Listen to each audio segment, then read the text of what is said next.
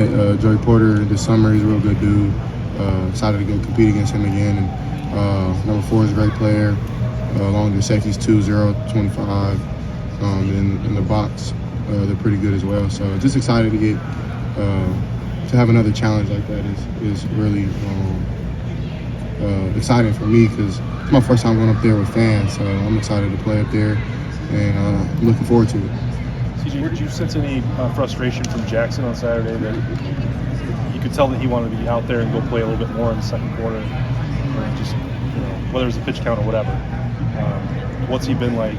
Him just about better than anybody. Yeah, me and him are really close. I don't want to really disclose his personal information on how he feels, but I could imagine that it's not good. I mean, I talk to him every day, so. But it's not my place to tell his business. So he'll be okay though. He understands that God's working his life in ways that no one else can understand, at least here on earth. So God has a plan for his life that no one else can know, and maybe he's protecting him from something bigger that we don't know about. So that's kind of like the message I've been giving him is just you don't know what God's plan is. So just trust him and understand that everything will take care of itself. He'll be okay. Hey CJ, it's not often you see a defense come in and say we're going to try and stop the run against Ohio State and make C.J. Stroud beat us with the pass. That's kind of what Iowa did. You guys adjusted to that well, especially in the second half. Can you get into that a little bit, how they kind of challenged you and then how you stepped up there? Yeah, definitely it was a challenging game, turning the ball over that early, and then kind of really couldn't get a rhythm because we were so up close to the score zone and in the red zone. So not a lot of room down there, so didn't have a lot of our plays. But the defense, they showed up and showed out. I think that's why we won the game, of course. But like you said, they did a really good job with just kind of stopping our runs and making it physical down there. So my number was called to make plays, and I feel like I did such when my number was called. And of course, I made a couple bad mistakes, but nothing that hindered us from not winning. So I was happy with the win. Of course, always can get better. It's never one game where I look at myself and be like, man, you played perfect. So and I appreciate the expectations of that, and I'm trying to live up to that, but I will never. So I'm just trying to lead my team to victory and do as best as I can to make sure that my brothers know I'm there for them. Overall, how do you feel about the running game? Obviously, you guys are a lot more balanced than you were last year. How do you feel about the running game? I think we're great at all aspects for offense. Now, could we be better in every aspect? Yes.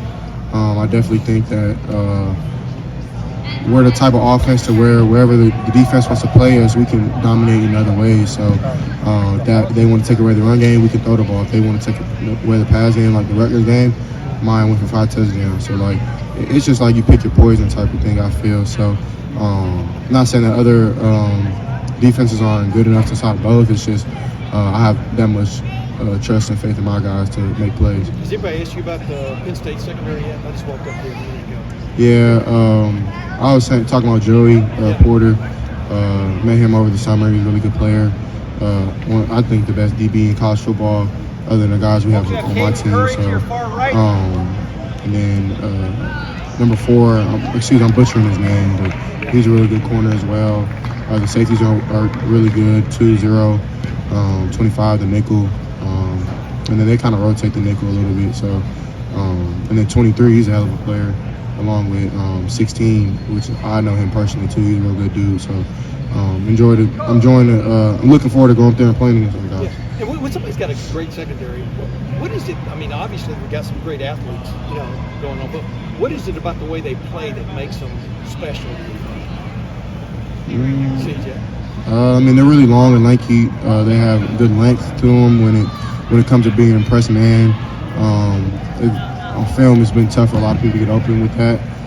They do a good job with being physical off the line and not just letting you just run. So definitely things that are good things for DBs to take advantage of. So we got to do our part on making sure that we just run clean and crisp routes and try to great body language, but I got to be on time with throws as well because they do take advantage of the quarterback not being on time. Do Marvin and Emeka and Julian, others, but do they buy into this kind of like challenge? You know what I mean? I mean, do you get even more hyped on a week like this? We approach every week the same. I mean, we know this is more of a matchup game to where we're playing a team that is just as equally as good as us.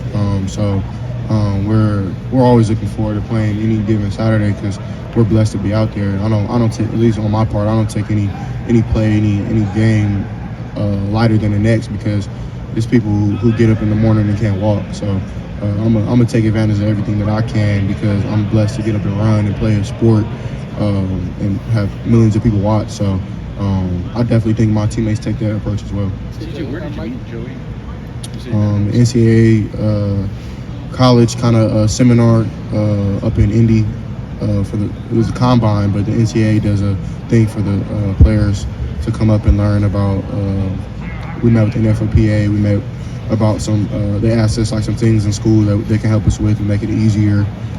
Just kind of like a little outreach for the players to talk to the NCAA. CJ, Mike Yursich, the coordinator, recruited you. What do you remember about your relationship with him at the time? Did you have a relationship with him? No, I don't have a relationship with Coach Yursich anymore. But I have a ton of respect for that guy. Definitely, you can tell he's turned that offense around over at Penn State, and I definitely think that he is a great offensive mind. Even when he was recruiting me, that's something that he pitched to me was just how he plays a part into the offense at Ohio State. Now he's at Penn State, so yeah, tons of respect for him and his family. Went to his home, met his wife, his kids, great family. So hopefully after the game, I maybe get to see him and say hello. But I definitely have a lot of respect for him. CJ, did they do much different defensively, the different coordinator than they prepared for last year? Are there any similarities or differences? Yeah, it's a little different. I don't want to get into all the details of me, how I've been breaking them down, but it's some similarities because they're so good on the outside, so they're gonna run man. But there is some differences in the box and how they kind of have a system as defense. So. Hey, if you weren't playing in this game, would you buy a ticket to watch Marvin Harrison Jr. versus Joey Porter Jr.? Did they play each other? Well, you know what I'm talking about. Did their dads play each other? Yeah, I'm sure they probably did. Yeah. At some point, yeah. I mean, It is interesting, though, isn't it? Yeah, it is. It's interesting, but Marvin is his own person, and I'm pretty sure Joey is as well. Like, they don't want to live off their dad's legacy, and they haven't. They've been dominant with or without, and I'm pretty sure they respect. Of course, they respect their fathers, but I'm pretty sure they probably want to get away from it a little bit as well. Yeah, but they're both talented as well, like you were just talking about. Right. Right now, is Marvin? Explain to somebody who hasn't maybe never seen him play what just has jumped out about him, especially the last several weeks. I mean, you see him getting better every week. He's been great ever since I met him. Like his freshman year when he came in, and we had Garrett and Chris and Jax already. He was shining just like them, if you ask me. Of course, with Mecca as well.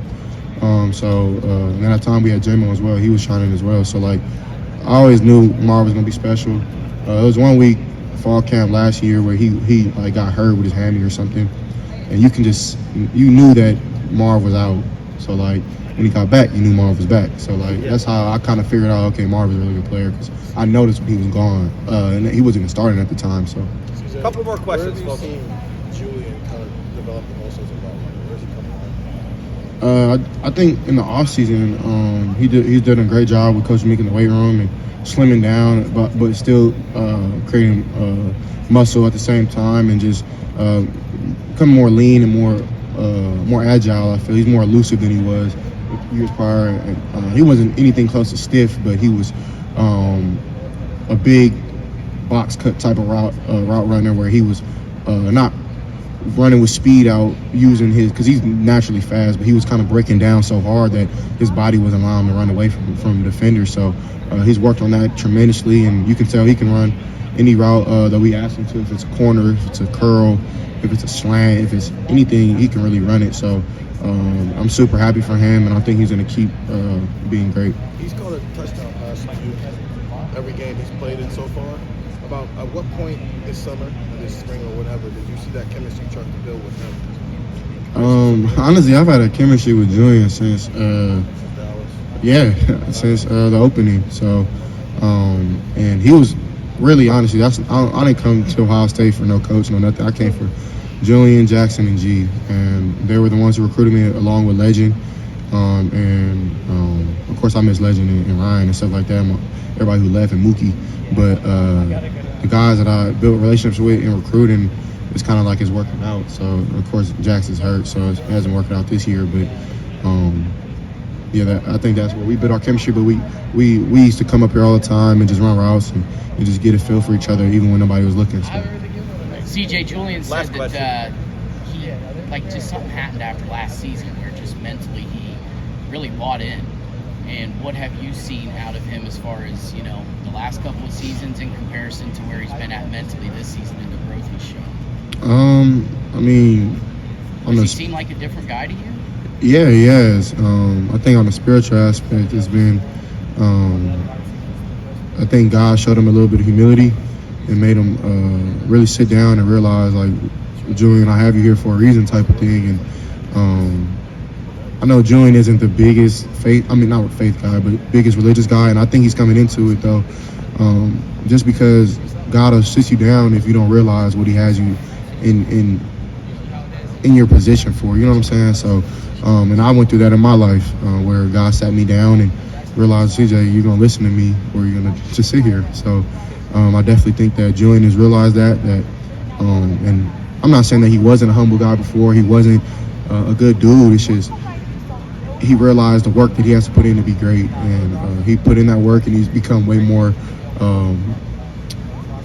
honestly, he's been becoming a way more better teammate and he's been put the young guys under his wing and make sure that they listen to him and things like that. So I think that's where Julian is coming along. Great. CJ,